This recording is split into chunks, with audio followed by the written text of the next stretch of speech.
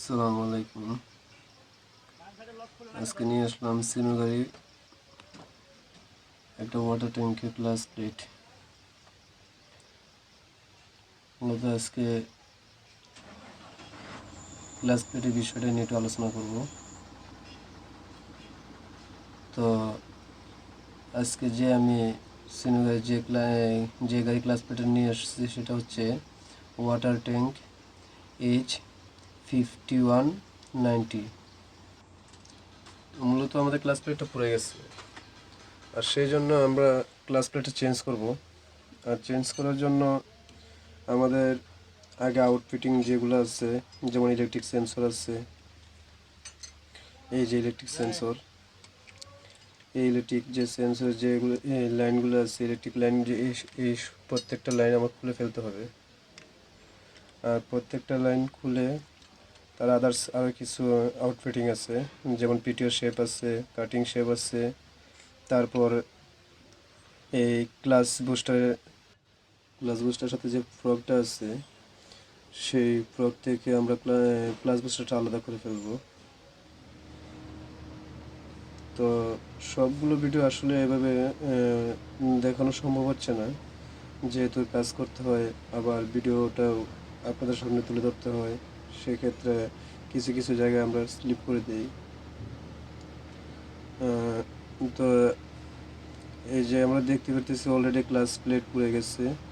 আর আদার সাইডে যে class plate যে আসলো, যে ডাশগুলা চতুর্দিকে ছড়িয়ে ছিটে গেছে। তো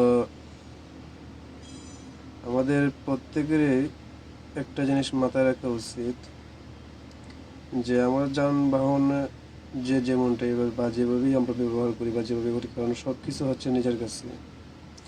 আর ক্লাস প্লেট যদি কখনো পুড়ে যায় বা ক্লাস প্লেট ধরে গেছে এমনটা হলে গাড়ি না চালানোটাই সবচেয়ে বেস্ট। তো আমি একটা রিকোয়েস্ট করব, যদি কখনো ক্লাস প্লেট পুড়ে যায় বা ক্লাস প্লেটে ধরে গেছে এমনটা হলে আপনার সাথে সাথে গাড়িটা সাইড করে রেখে দেবেন।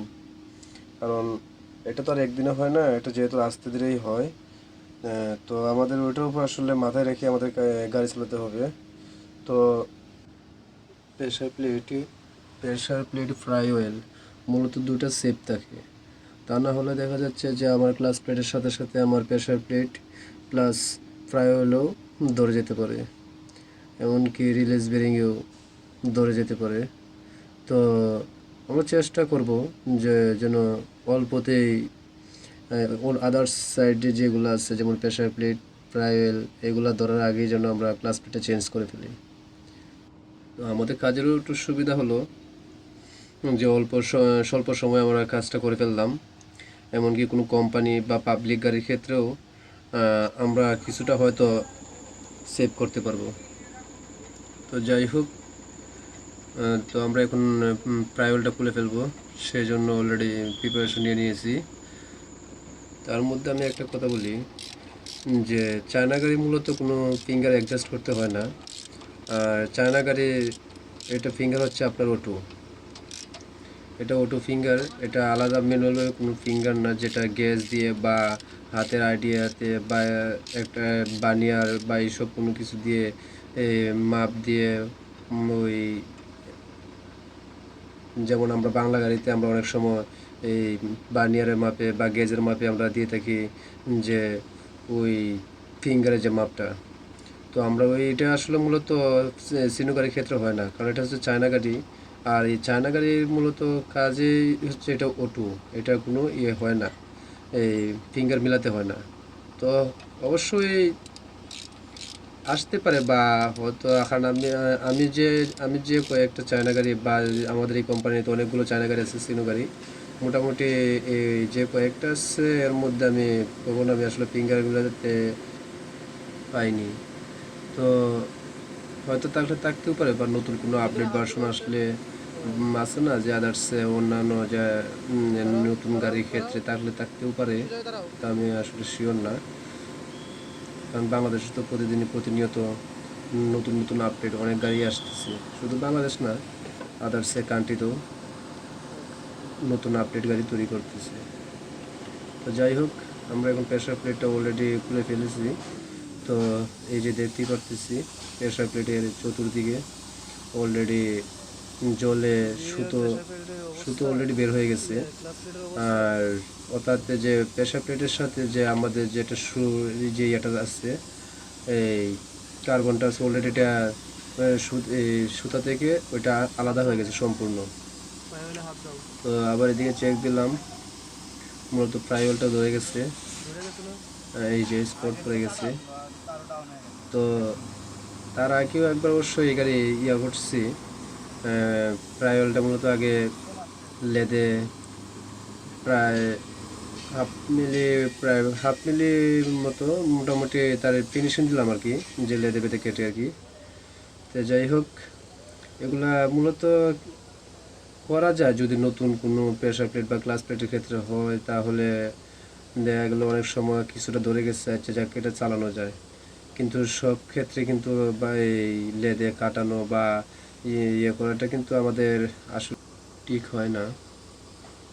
তো যাই হোক, অলরেডি যে আমরা দেখতে পাচ্ছি এই যে ধরে গেছে গ্লাস প্লেট। আর এমত অবস্থায় আসলে গাড়ি চালানোটা অনেকটা রিস্ক, অনেকটা কিতে সম্পূর্ণটাই রিস্ক। তো যাই হোক, এখন আমরা প্রেসার প্লেটে চেক দিই। অলরেডি প্রেসার প্লেটেও ধরে গেছে, হালকা হালকা ধরে গেছে। তো প্রেসার প্লেটও তার আগে মূলত কাটছি, যার কারণে এখন আর এটা লাগাবো না। মূলত এখন যদি আমরা যেমন আগে আমরা করছি টোটালি প্রায় 3 মিলি মতো। তো এখন যদি আবার এটা যদি লেদে বেঁধে আবার যদি কাটানো হয়, তাহলে দেখা যাচ্ছে যে আমার আরও অনেকটা কমে গেল। সো এখন চেষ্টা করবো এটা চেঞ্জ করে দেওয়ার। এই যে আমাদের পাইলট বেরিং, সো এই পাইলট বেরিংয়ে মূলত পাইলট বেরিংটা চেঞ্জ করে দেবো, কারণ পাইলট বেরিংয়ের ভিতরে কিছু নেই অলরেডি। বেরিং থেকে একটা কেমন একটা যেন আওয়াজ করে, তো কেসে যে আওয়াজটা আর কি, আর এটা চলবে না, তো ওটা চেঞ্জ করে দেবো। তো যাই হোক, এখন আমরা চলে যাব রিলিজ বেরিং। রিলিজ বেরিংয়েও অলরেডি ড্যামেজই বলা যায়।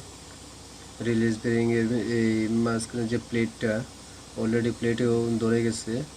তো রিলিজ বেরিং মূলত ফলস আছে, আর এভাবে বা এতটুকু ফলস থাকলে মূলত চেঞ্জ করে দেওয়াটাই ভালো। কারণ এভাবে রাখাটা বা এভাবে নতুন ক্লাস প্লেট প্রেসার প্লেট ফ্রাইল লাগালে অলরেডি পুরাতনটা না দেওয়াটাই সবচাইতে বেস্ট বা ভালো হয়। যাই হোক, তো এই আমাদের আইটেমগুলো এখন চেঞ্জ করব। তো অলরেডি এই মালগুলো আমরা স্যাম্পল দিয়ে দিব,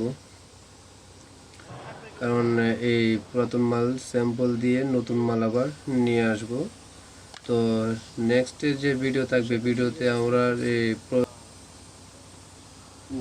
আমরা দেখিয়ে দেব যে নতুন ক্লাস প্লেট প্রেসার প্লেট ফ্রাইওয়েল তার সম্পূর্ণ ভিডিও A to Z কীভাবে ফিটিং করলাম বা কীভাবে কী করতে হবে না হবে সব কিছু আমরা তুলে ধরব বা জানানোর চেষ্টা করব। তো আমরা এখন চেক দিলাম ট্রায়ালও অলরেডি ধরে গেছে, এই যে আমরা দেখতেই পাচ্ছি। তো